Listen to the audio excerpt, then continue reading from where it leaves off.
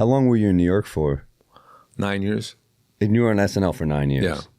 That's got to be one of the longest, right? It was at the time, but now, you know, you have guys there like Daryl Hamill was there a long time. Yeah. I think, what's his name? Tim Meadows, Keenan. He's still there. Been there for 40 years. He was there before the show started. He was hanging out at 30 Rock. Well, it was Dennis Miller, you, Norm. That's a crazy. What a run. It was great. It was great. How long were you Weekend Update? I was Weekend Update for 3 years, and it was an interesting job because before that I was just doing sketches and characters, which I had to learn to do because I was a stand-up. So I did those for 5 years, and then Lauren put me at Weekend Update. And How did that happen? Just he wanted me up there, and Dennis left. I don't know why he left. I guess he just. But you know, a lot of people would leave, and I kind of got pushed out of Weekend Update. As I look back at them, I thought, yeah, I get it. I get it. No, but it was there was a lot of politics going on, and Don Ohlmeyer was like the head of NBC in that department, and so he would push things. He got rid of Norm. Yeah. He got I rid of me remember. because he said I was too mush-mouthed. Wow. And then Did you make jokes at his expense? Or? no, I never did OJ jokes or anything. But and I think Sandler and Farley got fired that same year that I did. Gee, this guy's a real stiff, huh? Yeah. Is he dead? sucked. Hopefully. Ohlmeyer, He must be dead at this point, right? God willing. he's dead. All right. Good. All He's right. horrible taste in comedy, this guy. Yeah, I remember hearing in that Letterman Norm interview, and Oh, those were great. those are classic. But man, no, you were a great Weekend Update guy, man, and you wrote your own I stuff. had to write a lot of stuff.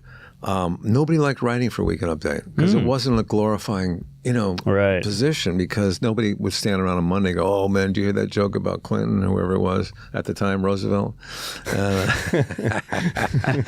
So I had to write a lot of my own stuff, and you couldn't write during the week because all the late night talk show hosts were doing that stuff. They were covering that. So Saturday morning, I'd get up really early and get like all the newspapers and AP photos because there was no Google back then. Again, this is the 1900s. Yeah. And so then Lauren would put out a buffet on the 17th floor of the writers' wing to try to entice writers to come and put newspapers out so they could have breakfast and read the paper. And some of the new writers came up. They weren't that good. Al Franken would come because he was a political pundit. And Norm Macdonald would come just to have breakfast and read a paper. Right. He didn't contribute anything. It's like a trap, a writer trap where they pull a string. So then, so I worked with a segment producer who was from the original years that Lauren knew, and he hired him and kept him on because he's very loyal. But he was kind of out of it, and we'd go through the AP photos. And So you wrote this in a day, basically. Yeah. That's insane. Wow. How many minutes of jokes? you'd is have a that? couple of pocket jokes that weren't didn't deal with anything. There was about 20 jokes. That's crazy. That's insane. Yeah, I can't believe I'm even talking about this now. It's like it never happened. It's like What really? drugs were you on that were helping you with this? Advil. Come on. Nothing. Blow? No, I don't do drugs. I never did drugs. Ton of coffee. Speaking of which, I brought you an Aspirin. Oh, really? just for the week. Yeah. All right, thank you. I know it's going to Appreciate get it. crazy out Look at here. that. Federal crime what just happened there. What? You can't give other people. All right, drugs. Narc. Why don't you fuck Yeah. Narc Mormon over here. off? So you were just 20 in a day. That's crazy. That's crazy. You know how hard it is to write a good topical joke. Oh, no. And this is for national television. Yeah. How can you do that without being mush mouth? I don't even know what mush mouth means. That's It's just kind of you swallow your words a little bit so you can't understand you. Now that you say it, I can see it. So I was working with that segment producer who was an older guy, and we would go through the photos, and he'd do a joke, and I go, I don't know about that one. He goes, have you seen the picture? That's when I knew it was his joke. Have you seen the picture? And then, I tell him which ones not to use. Like after the dress rehearsal, I said, let's get rid of this, let's get rid of that. How many people are in there when you're running the jokes? Just me and him. But so you're not even testing on real laughs. Oh, no, you're the rehearsal. The first Yeah. show is rehearsal. You test the jokes then. And how many people, I mean? It's a full audience. Oh, all right. Oh, okay. That helps. You idiot. We haven't been on SNL. We don't know. Yeah. So I'm looking at you like you're crazy. What? You What fucking country are you dumb. from? Jeez. So then after they dress, I go back to meet with him again. And we go through the pack.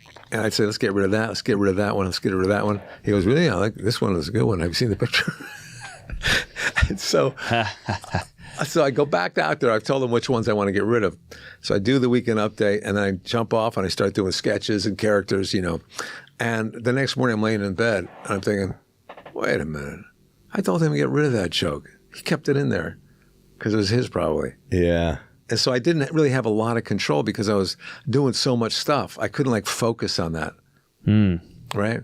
So, but it was fun. It was exciting. Now, Franken, what do you think? We had a rough one with him. It was a tough episode. You talked to Franken? Yeah, we had was him a on. guest, yeah. Why was that tough?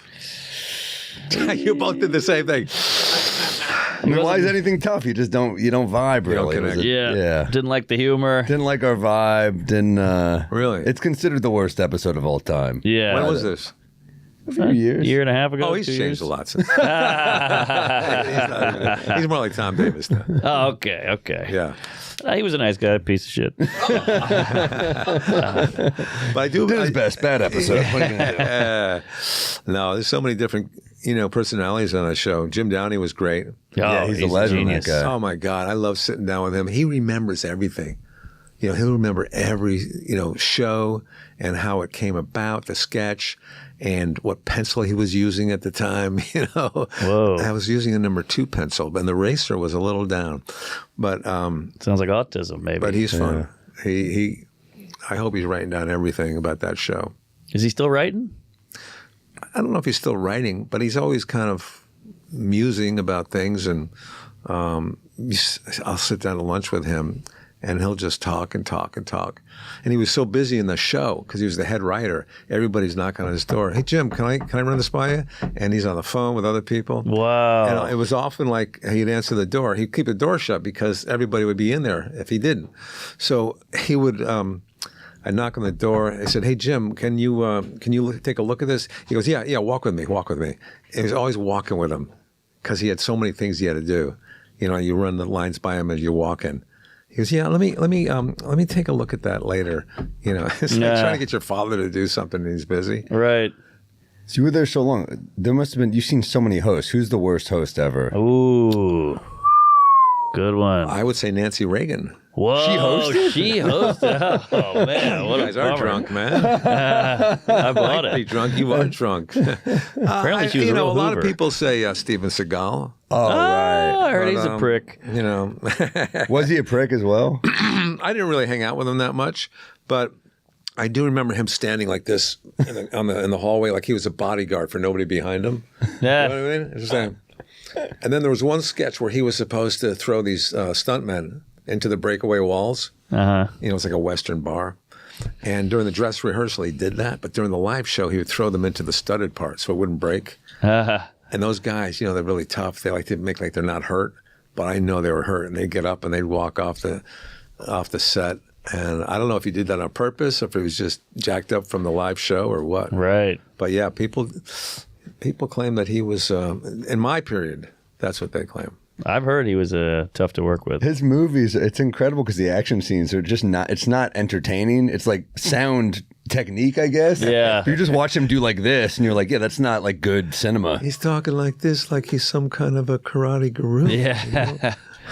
He apparently made up his own martial art, I think. Yeah, man. Yeah, it was a trip, man. Working with so many of these people, and with Farley and Sandler, Mike Myers. You were a little older than them when they were new on the show. Did you kind of take them under your wing, or what was the relationship like? Well, who looks healthier there? I couldn't.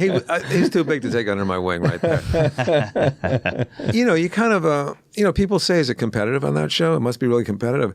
It is competitive, but it's a quiet competitiveness.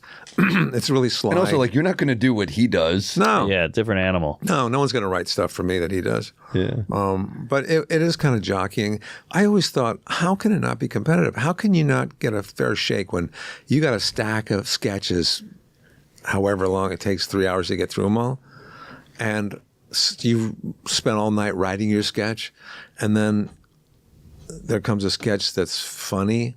Do you laugh at it because it'll take away from yours getting picked up? geez. I mean, how can you if you laugh, it's a fake laugh. It's like, it's not. But I mean, you want the show to do well, so you want the best sketches on there. But it's a natural instinct, I think, just not to, because you want your sketch to do well. Mm-hmm. But yeah, when you came on the show, you're new. Everybody's scared. They're not sure what to do and how to write a sketch. And I wrote a sketch in the beginning that had an ending.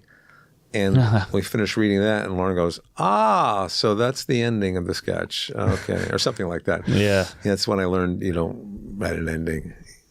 You just let it fade out, I guess. I think I like an ending. So yeah, there's there's that writing thing, and then there's just, being on the guy who's trying to get away. He's like, "You got to stop getting away," and then a voice comes on. He's like, "And then he did stop." Right. Yeah. It's the ending. I remember right before I was going on to do my first sketch was a subliminal sketch, and it's live and it's SNL. Like, I'm standing there on the stage, and they're coming back from 10 seconds from the commercial, and Lorne Michaels, creator of the show, he puts his hand on my shoulder and he goes, "Are you sure this is what you want?"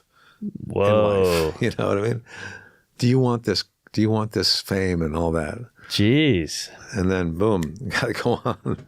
Is he trying to psych you out? No, because he's trying to loosen you up. Like, that's a silly question. Yeah. Right.